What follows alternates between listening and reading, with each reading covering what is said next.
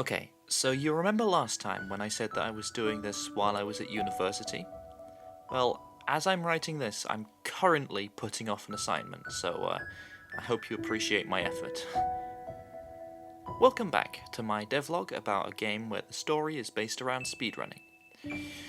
I sort of wish I'd been able to get this video out less than a month after the last one, but I can't edit videos and do assignments at the same time, and the assignment that I'm doing at the minute is a stupid golf game that I have no creative control over, so I've literally been dying to get back to work on this for like a week now.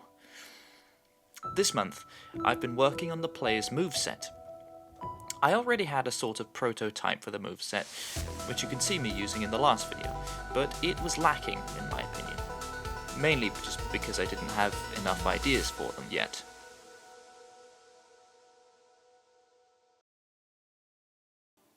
I want to take inspiration from other 2D games built around speedrunning, to see how they create emergent behaviour. Of course, the go-to for emergent movement would be Celeste, but I once spent an afternoon trying out some speed tech in Rayman Legends, and that game also lets you build up speed by sliding down slopes. Of course, if you think I'm going to program slopes into a tile-based game, you've mistaken me for someone better at programming. But Celeste doesn't have slopes, so what does it do? I've heard the devs of Celeste saying that the movement is so speedrunnable because they didn't ever cap the player's speed. However, as a game dev, that's not entirely helpful because, well, of course they cap the speed. Look, the player can't walk faster than this, right? So that means that this speed, at least, is capped. Also, dashes stop you after you do them, so isn't that capped too? The thing is, now I've thought about it, and, well, the reason that you can build up speed is by interrupting dashes by hitting objects, which you can then keep doing to go faster and faster. Well, my player needs a lot more abilities since we need to pick stuff up, but this whole building up speed thing is a quick fix, because I can just only make the player experience drag when they're actually on the ground. That means that upgrades I've already made, like the grappling hook and the Mega Man slide, gain some more functionality, since they can really be chained together just by jumping. In fact, because of this, I also made the grappling hook swing you for a bit longer, and sliding make you go a bit faster, so momentum is a bit easier to gain. Also, because I think it would be cool, you're now invulnerable to damage while sliding. Oh, by the way, I should mention that I asked ChatGPT how my grappling hook code works, since I couldn't remember before, and it said this, which is, not actually that helpful. The only issue is that the removal of this cap also removed the jankiness that used to exist when receiving knockback and wall jumping, which I used to like, but I'll probably want to change both of those at some point anyway. So, aside from that, let's talk about some of the upgrades I added. I enjoy things being neat, that's why I like programming. So I will try and fit everything in this game into a common organizational theme. For example, all of the tiles are 6 blocks wide and tall, instead of the usual 8. So I decided to have there be 36 upgrades, split into 6 types: speed, health, attack, jump, weapon size, and miscellaneous. In each of those, there will be 4 incremental power-ups, so your speed will incrementally get faster, your health will incrementally get larger, and instead of 1 high jump power-up, each incremental jump power-up will give you 1 extra block of jump height. And then, for each category, there will be 2 themed upgrades.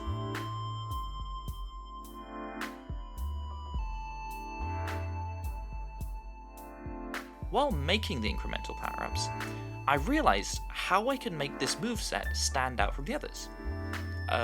Watch. So, look, these jump velocities will make you go 6 pixels higher every time. However, jumping like this makes the horizontal speed seem way too slow.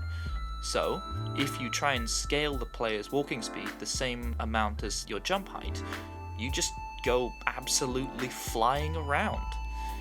Then there's the weapon size.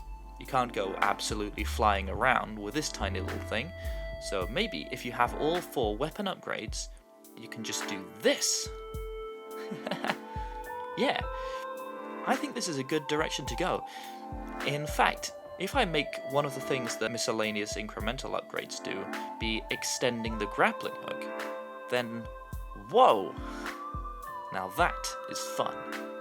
Plus, it's quite hard, since you'd need to know exactly where to do it and where you were going before you could successfully pull it off, which means learning the map. I just want to quickly touch on health pickups, because making those meant that I had to implement the player's HP system, which previously didn't exist. It also meant I had to discover how the Draw GUI function works. Basically, this runs at the end of the frame and it treats 00 as the top left of the screen, rather than the top left of the room. This is a homemade function I made to display the HUD. I think the algorithm is a fairly good one. It just keeps track of how many of a thing has been expended, and then draws the expended version of that HUD element to the screen for as many as have been expended. It seems needlessly convoluted, but it works, so I guess it'll do, unless I realise I've missed something major. I also have it return whether it ran out of things to expend, so now I'll just always have that variable to work with, and I won't have to keep track of anything else. For the actual HP pieces, I wanted to have a series of circles with radial lines in them. However, with pixels that proved challenging, so I decided that logic was the only way to solve this problem. I used this website to get pixel circles from 1 pixel to 20 pixels in diameter, and partitioned up the best candidates as well as I could. Basically, it makes sense to have each HP piece take up the same amount of space on the screen, just like a normal health bar might. So I settled on a size of about 16 pixels, and here are the best fits. Honestly, the process of finding these was very fun. It reminds me of designing the font I'm using for the text in this game, which is something I'll talk about later. Final note about the HP. When you die, the word dead appears on the screen. I'm sure at some point I'll make a death screen, but since I don't even have saving yet, that'll probably have to wait. So, here are the upgrades that I added. A couple of the ideas I originally had for upgrades were a bit strange, so I decided to upgrade them first. First, the Stomp, which I turned into a Stomp Beam that does damage to enemies and also gives you a little jump boost. Although I think I might need to increase that jump boost and also the damage that it does, but I'm very proud of the animation. Then I replaced a dodge thing, which previously just held you in the air for a few frames, with missiles, which get larger when you increase your weapon's reach. Then I replaced this thing, which I just called Recover, and I don't think I ever really knew what it was actually going to be for, with a 2-stage charge attack. I want the first stage to be more efficient than just swinging your sword, and the second stage to be very powerful, but takes so long to charge that it's actually less efficient. Finally, I replaced this friend thing, which was going to be a sentry flying around your head, with power bombs. Power bombs kill all enemies with Move This Frame set to true, which should only be the enemies on the screen. However, it kills all the enemies that are currently loaded, so that probably means that there's something wrong. I'll have to look into that at some point.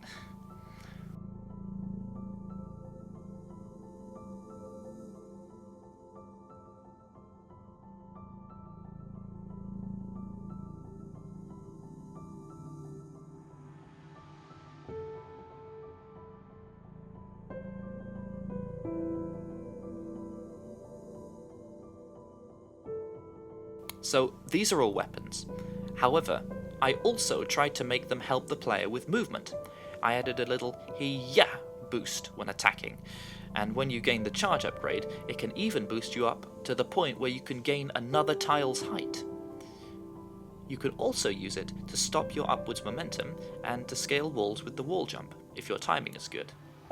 Plus, the guided missiles could probably help destroy blocks behind walls once I've coded that in at some point, as well as offer a safe way to kill enemies from a little hidey hole, which in a speedrun is always appreciated. Now, you might notice this tiny little flash when the player's dash is recharged. That is probably the single hardest thing that I made this month. That's because I had to use a shader. So, here's what I read. When you make a shader, inside there's two scripts. A vertex shader that moves the vertices of the quad around and edits their color, which confuses me greatly. And then there's the fragment shader, which acts on the color of each pixel individually, which at least I understand slightly more. Basically, it's like an unnecessarily complicated function, where instead of inputs, it has uniform variables, which are the same thing, but you can only change them like this, and you can only set them to be an array for some unknown reason, I suppose. And even then, it wouldn't let me use the perfectly good lerp function that you can use anywhere else in GameMaker, so I had to look up this equation for calculating a lerp myself.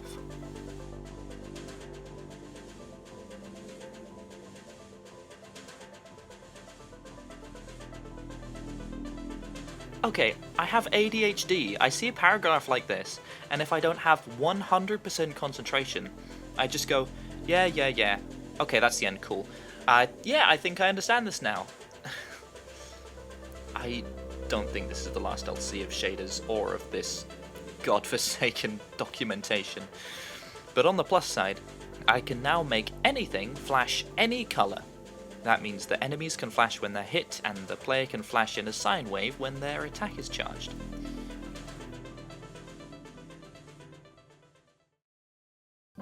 Okay, I thought I was done with making more upgrades, but then I just decided to make this little table to see what I thought of all the upgrades I'd made, and I realized that some of them weren't that great for movement or original. So I made holding a charge attack, which previously didn't do much, give you a lower gravity. And I also replaced power bombs, which previously also didn't do much for movement, into a vertical form of sliding that can also be performed in the air, unlike normal sliding. Because of that last one, I replaced the double jump with a jetpack. So now, it's sort of my own version of the dash booster or the space jump, that just let the player know, okay, you've basically completed the whole game now. Congratulations, you can go anywhere. And that's all of the upgrades that I want to do for now. I'm a bit worried that I'm not coming up with original enough concepts for the movement. However, I keep telling myself that I should remember neither the story or the enemies and bosses are even in the game yet, so those can always carry the game if the movement isn't the most special thing in the world. I mean, that's what Hollow Knight does, for example. I'll probably come back to all of this stuff later. The important thing is that I'm making devlogs and making progress. Okay, final points and a few follow-ups to the bugs that I mentioned in the previous devlog. For this one, I realized that repeating the exact same code 4 times for each corner direction with only slight variations was in fact a bad idea, and that I should maybe not do that in fact. So I condensed it into one thing. Now every corner works the exact same way, and any change I make to this should affect all 4 corners the same, just flipping the logic. Fixing this problem and making my job more simple, because now I don't need to edit the same code 4 times for every change. With these corners, I sort of want to try rounding them out a bit, which would look a bit like this, maybe?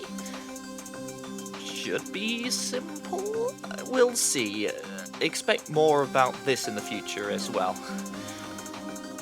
Then there was this issue, which I solved by just moving the player down a pixel if they're still in the ceiling after colliding with the ceiling.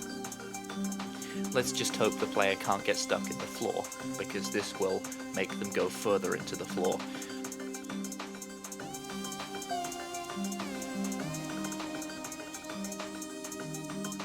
Another thing was, I want this game to be pixel perfect. So for this reason, I was restricting every object X and Y to be integers, which is fine, until you want them to move slower than 1 pixel per frame. I have just realised an annoyingly simple solution while watching this video by a cool dude, who I hope that some of his subscribers are watching me now. I was watching it and I realised that, well, old games would just round the sprite's position to the nearest pixel, but still allow the collision position to have a decimal component, which they called subpixels. That means I can just draw the sprite rounded, and then have the X and Y position move as fast or slow as I want. Before I end this video, I just want to mention that as I code, I'm working my way through all of Star Trek. It's quite easy to just listen to it in the background and it's endless fun. I recommend it to anyone who doesn't like working in silence. I'm planning on doing classic Doctor Who next, but not soon since I'm barely halfway through this. At the end of that, well, I guess I'll have to rewatch the Magnus archives while I decide. I'll contact you when I have something more to contribute. And, by the way, I am now 68 centimeters shorter. I'd appreciate it if someone would repair my holographic projectors before I have trouble reaching my patients.